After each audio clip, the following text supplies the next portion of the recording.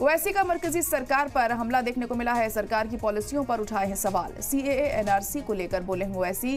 CAA NRC से मुस्लिम दलित को होगा नुकसान। 3 तलाक के रद्द होने पर भी जताई नाराजगी।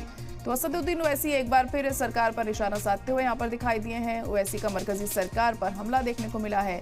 सरकार की पॉलिसियों पर सवाल उठाते हुए दिखाई दिया असदुद्दीन ओवैसी। सीएए एनआरसी को लेकर ओवैसी ने अब ये बयान दिया है। उनका कहना है कि सीएए एनआरसी से मुस्लिम दलितों को नुकसान होगा। 3 तलाक के रद्द होने पर भी नाराजगी जताते हुए असदुद्दीन ओवैसी यहां पर दिखाई दिए। इससे पहले भी लगातार मरकजी सरकार को निशाने पर लेते रहे हैं।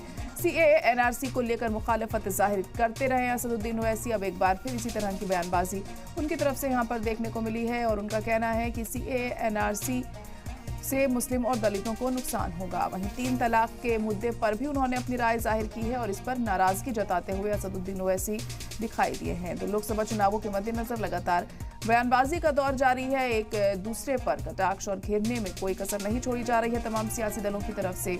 अब असदुद्दीन ओवैसी की तरफ से एक बार फिर मरकजी सरकार पर निशाना साधा गया है सीएए एनआरसी को लेकर। इससे पहले भी लगातार असदुद्दीन ओवैसी सीएए और एनआरसी के मुद्दे पर मरकजी सरकार को घेरते रहे हैं और इसे मुस्लिम मुखालिफ बताते रहे हैं। और इसी तरह की बयानबाजी एक बार फिर उनकी तरफ से यहाँ सामने आई है। सीएए एनआरसी से मुस्लिमों को नुकसान होगा, दलितों को नुकसान होगा और ऐसे में काफ़ी परेशानियों का सामना उन्हें करना पड़ सकता है अगर ये लागू होता है तो। इस तरह की तमाम बातें असदुद्दीन ओवैसी की तरफ से कही गई हैं।